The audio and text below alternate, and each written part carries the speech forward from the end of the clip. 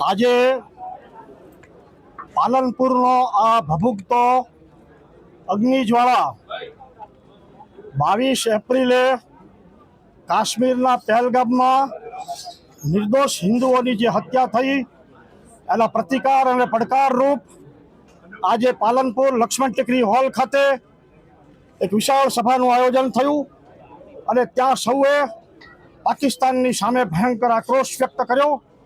સાધુ સંતોએ પોતાના સેવકો ભક્તો સાથે સમગ્ર હિન્દુ સમાજને હાકલ કરી છે કે જો ભારત સરકાર પાકિસ્તાનને ટૂંક સમયમાં જડબાતોડ જવાબ નહીં આપે તો સાધુ સંતોએ મેદાનમાં ઉતરી અને સરહદ ઉપર જવું પડશે। એ પહેલા સરકાર જાગે।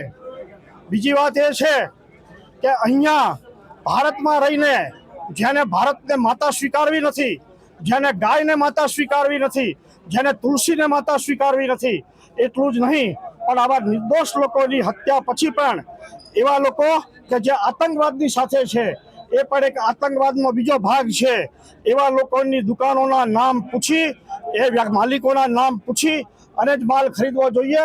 આર્થિક બહિષ્કાર કરવો જોઈએ।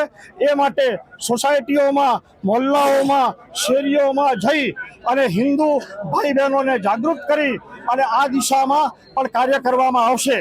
આ રેલી પાલનપુર કલેક્ટર કચેરીએ આવી અને આજે કલેક્ટરશ્રીને આવેદનપત્ર આપીને જણાવેલ છે અને કલેક્ટરશ્રીને એમ પણ જણાવેલ છે કે પાલનપુરની આસપાસ આવેલા ખેતરોમાં રોહિંગ્યાઓ જે કામ કરી રહ્યા છે એમનો પણ સર્વે કરવામાં આવે અને એ સર્વેને આધારે એ લોકોને પણ અહીંથી હકાલપટ્ટી કરવામાં આવે તેવી માંગ સાધુ સંતોએ કરી છે।